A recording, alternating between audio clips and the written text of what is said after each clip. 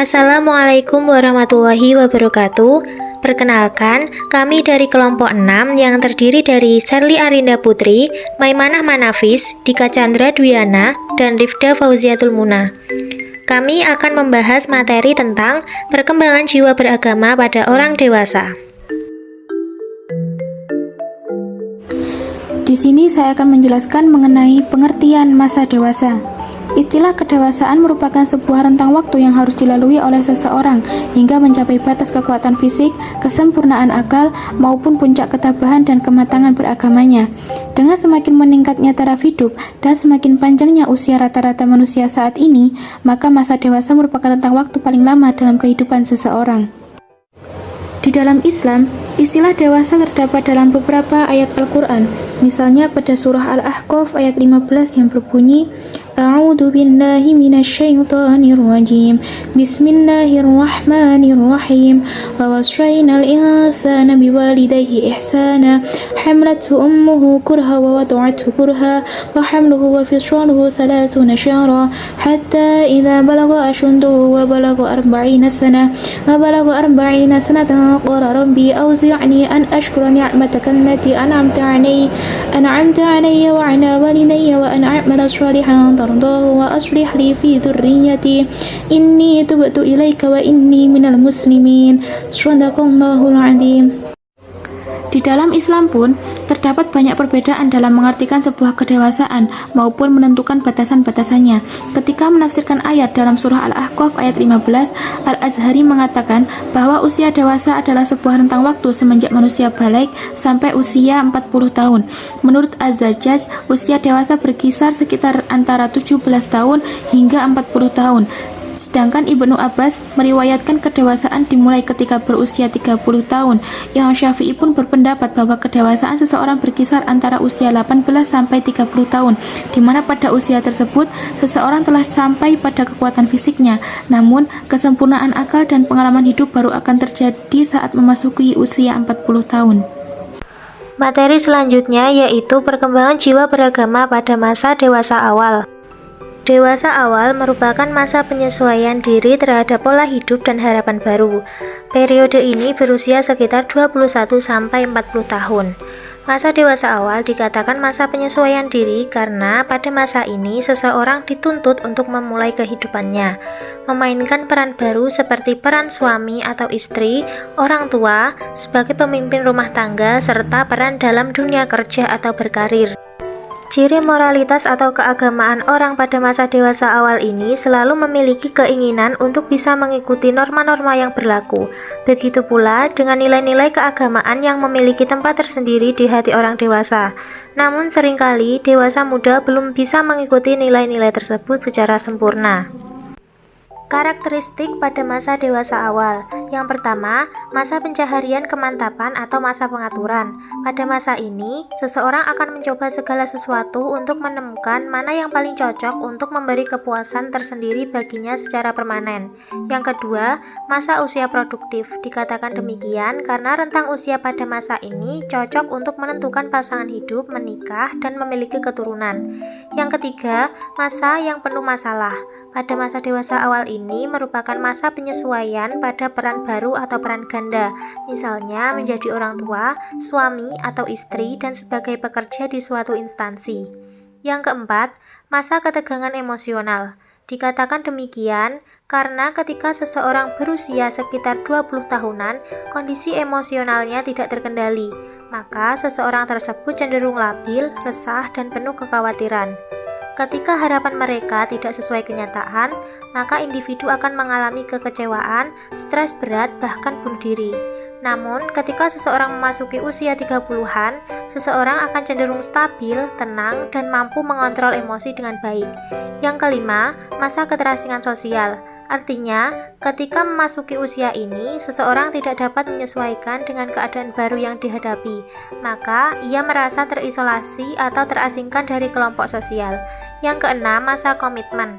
Pada masa ini, setiap individu mulai sadar akan pentingnya sebuah komitmen dan tanggung jawab untuk membentuk suatu pola hidup yang baik bagi dirinya. Yang ketujuh, masa ketergantungan. Dikatakan masa ketergantungan karena terkadang pada masa dewasa dini, seseorang masih punya ketergantungan terhadap orang lain, misalkan pada orang tua. Yang kedelapan, masa perubahan nilai-nilai. Nilai-nilai yang dimiliki seseorang pada masa dewasa dini berubah seiring dengan pengalaman dan interaksi sosialnya. Secara perlahan, mereka akan menyesuaikan diri dengan adat kebiasaan di masyarakat. Yang kesembilan, masa kreativitas. Dikatakan demikian karena pada masa ini seseorang bebas untuk berbuat apa yang diinginkan sesuai dengan potensi, minat, dan bakat yang dimiliki. Yang kesepuluh, masa penyesuaian diri pada hidup yang baru. Pada masa ini berarti seseorang dituntut untuk lebih bertanggung jawab karena sudah memiliki peran ganda. Perkembangan jiwa beragama pada masa dewasa madya. Masa dewasa madya dimulai usia dari 40-60 tahun. Pada masa ini, seseorang telah mendapatkan sebagian besar cita-citanya. Pada masa dewasa madya, minat beragama semakin meningkat. Ada beberapa alasan yang sebenarnya bukan alasan agama pada masa dewasa madya yang menyebabkan mereka beragama. Yang pertama, kesibukan telah berkurang. Yang kedua, merasa kesepian dan mereka mencari tempat berkumpul dalam aktivitas keagamaan karena menganggap lebih membawa kebahagiaan. Sedangkan peningkatan beragama pada orang dewasa madya berdasarkan alasan agama adalah berasal dari ajaran agama, yaitu kesadaran akan kematian. Namun, itu berlaku bagi orang-orang yang mendapatkan pembiasaan agama sejak kecil. Menurut Jalaluddin, tingkah laku keagamaan orang dewasa dapat pula dilihat dari sikap keagamaannya yang dimilikinya, antara lain menerima kebenaran agama berdasarkan pertimbangan pemikiran yang matang, bukan secara ikut-ikutan. Bersifat cenderung realis, sehingga norma-norma agama lebih banyak diaplikasikan dalam sikap dan tingkah laku. Bersikap positif terhadap ajaran dan norma-norma agama dan berusaha mempelajari dan memahami agama. Baik, saya akan menjelaskan bab selanjutnya, yaitu perkembangan jiwa beragama pada masa usia lanjut. Usia lanjut merupakan periode penutup dalam rentang hidup seseorang. Masa ini dimulai dari umur 60 tahun sampai mati. Masa ini adalah puncak dari jiwa keagamaan yang semakin matang dan penerimaan seutuhnya, meningkatkan nilai ibadah daripada mengurus dunia yang bersifat sementara, yaitu suatu periode di mana seseorang telah beranjak jauh daripada periode terdahulu. Hal-hal yang menentukan sikap keagamaan pada masa usia lanjut, yang pertama adalah penurunan kegairahan seksual. Yang kedua, menurut William James, usia keagamaan yang luar biasa tampaknya justru terdapat pada usia lanjut, ketika gejolak kehidupan seksual sudah berakhir. Dan yang ketiga adalah depersonalisasi. Ciri-ciri keagamaan pada usia lanjut. Yang pertama, kehidupan keagamaan pada usia lanjut sudah mencapai tingkat kemantapan. Yang kedua, meningkatnya kecenderungan untuk menerima pendapat keagamaan. Yang ketiga, mulai muncul pengakuan terhadap realistis tentang kehidupan akhirat secara lebih sungguh-sungguh. Yang keempat, sikap keagamaan cenderung mengarah kepada kebutuhan saling cinta antar sesama manusia serta sifat-sifat luhur. Yang kelima, timbul rasa takut kepada kematian yang meningkat sejalan dengan pertambahan usia lanjutnya. Dan yang keenam adalah perasaan takut kepada kematian ini berdampak pada peningkatan pembentukan sikap keagamaan dan kepercayaan terhadap adanya kehidupan yang abadi atau akhirat. Bab selanjutnya adalah pendidikan agama pada masa dewasa.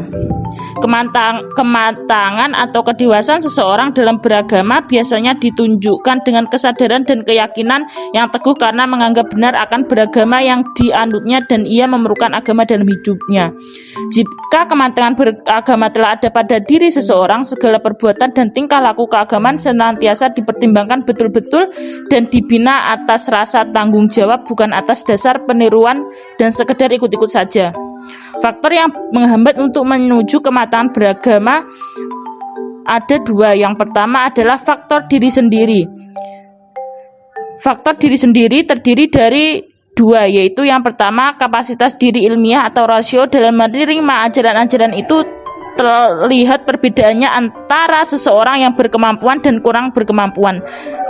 Yang kedua, pengalaman. Semakin luas pengalaman seseorang dalam bidang keagamaan, maka akan semakin mantap dan stabil dalam mengerjakan aktivitas keagamaannya. Namun bagi mereka yang mempunyai pengalaman sedikit dan sempit, ia akan mengalami berbagai macam. Yang kedua yaitu faktor luar, yaitu beberapa kondisi saat situasi lingkungan yang tidak banyak memberikan kesempatan untuk berkembang, malah justru menganggap tidak perlu adanya perkembangan dari apa yang telah ada. Faktor-faktor tersebut antara lain tradisi agama yang telah berjalan turun-temurun yang tidak diketahui asal-usulnya atau pendidikan yang diterimanya.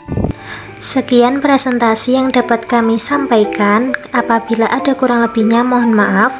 Wassalamualaikum warahmatullahi wabarakatuh.